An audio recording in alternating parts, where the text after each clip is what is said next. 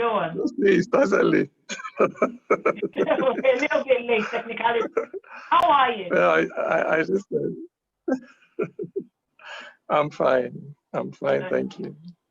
Okay, now that the introductions are over, I would like for you to give us a bit of your background. This is like the man behind the poet, the man behind the enigma, because that's how I see you. I mean, before yeah, before we met and talked, I saw your videos, I saw your performances. I was highly impressed.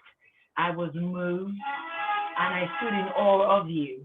So now I'm here, and you're here to share, everything that you have and you are with everybody. So I'm really, really excited. I just want a bit for them to know a bit of your background. I know that you have a legal background like me as well. I studied law, and you have a legal background. Yeah. And when we talked about the fact that a lot of people that studied law have a creative mind.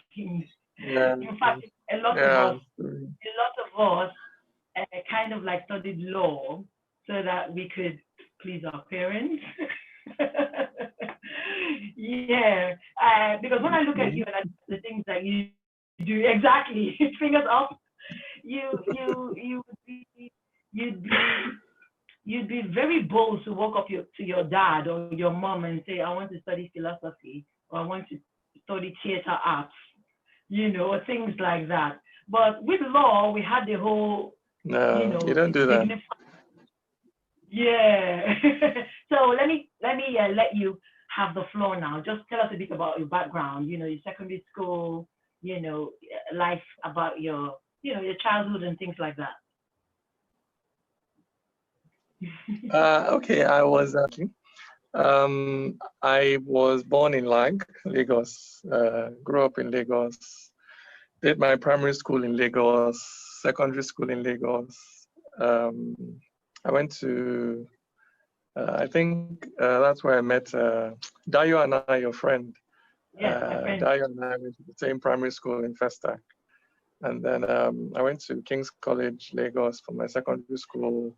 Then I went to University of Abuja, read law at the University of Abuja. I did law school in Enugu campus.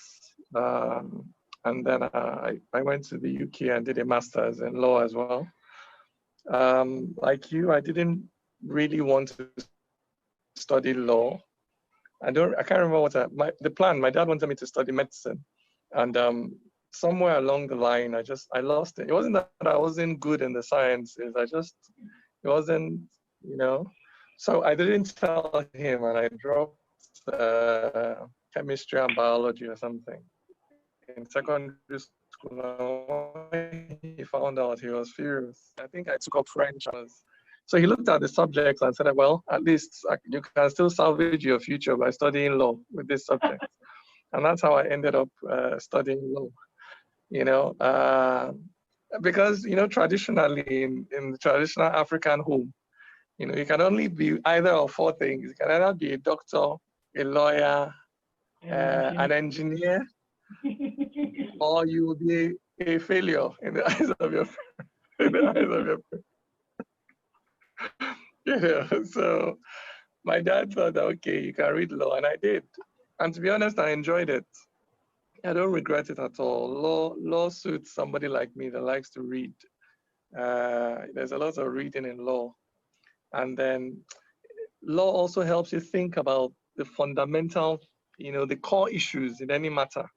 You don't just come and start talking superficial things. You go to the roots, the core issue in the matter. So that has helped me a lot, even in the things I do. Everything I'm faced with, I look at the core, the essence, what's this really about? And that way of looking at issues and breaking down your point and marshalling things and ensuring that there's a logical flow between point A and point B and all that really helps me even as a writer. I've always written though. I was born into a family where reading and writing was highly prized. My dad was a journalist, at the time I was born. He was publishing a magazine. So I was around a lot of reading, a lot of writing. he loved books as well. So I was always surrounded by books. My elder brother is a poet as well, much older Che. than me, but yes, Chair. Okay, yeah, exactly, Chair. He's a poet as well. Yeah. And so my first poems were actually, I just copied his poems into my exercise book and called them my poems. And they used to annoy him because he told me that's plagiarism. I didn't understand what plagiarism was. Just that, and that's how I started, writing poems as well. So he inspired me a lot. My mom is also a Yeah. storyteller. I think like most, well, let me not be stereotypical, let me not. But my mom is a storyteller. She can yarn, she can talk for Africa, just talk and tell you stories and all that. I I like think I for got, Africa. yes, I think I got a bit of that storytelling thing from her. So I've always written poetry I started collecting my poems at the age of 12. I used to write them in a higher Wow. education notebook. I I filled remember. up to 9 or 10. Yeah, you remember them, right? I used to fill them up through secondary school and everything. In secondary school, they thought it was quite weird, because people thought that poetry, for some reason, they thought it was effeminate. So I thought it quite weird to have this guy that used to write poems all the time. But I just liked it. It was what I did. And I didn't do it because I thought there was a career in it or anything to it. It was just how I kept like a diary. Instead of writing it normally, I'll write poems. So if you break my heart, I'll write you a poem. If I fall in love with you, I'll write you a poem. If anything, I'll write a poem. So when I read those poems now, man, it's just one babe after the There's nothing like love to inspire you to write poems. I It took a long remember. time before politics started inspiring me. It used to be just broken hearts and love and all these things. So, I mean, that's it. When you were poet in love, Oh. I saw that on YouTube, and I was like, wow. I'm gonna have to ask you about that now. You've Yeah. actually talked about it a little bit.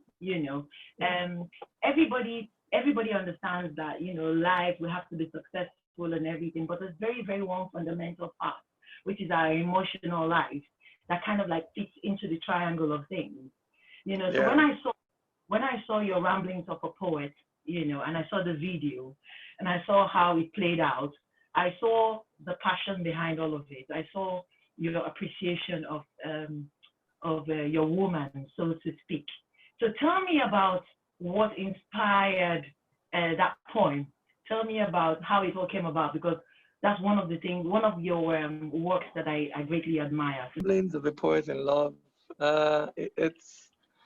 It just came from, well, I'm married, to a very strong character. My wife is a very strong character, and but when we got married, she chose to sort of stay at home and raise the kids. And it's the decision that I often reflect on many times when I just watch her around the house, and it's something I don't take lightly. I don't take it lightly. I understand what it means to put your career on hold, or to come out of the workspace and dedicate some time to children and the family and things like that. So I wrote the poem maybe even to remind myself, that, sorry, I don't know, life, that there are some things that are more important than love. Let me just put it that way. And so if somebody makes a sacrifice like that for you, you need to know that it's a real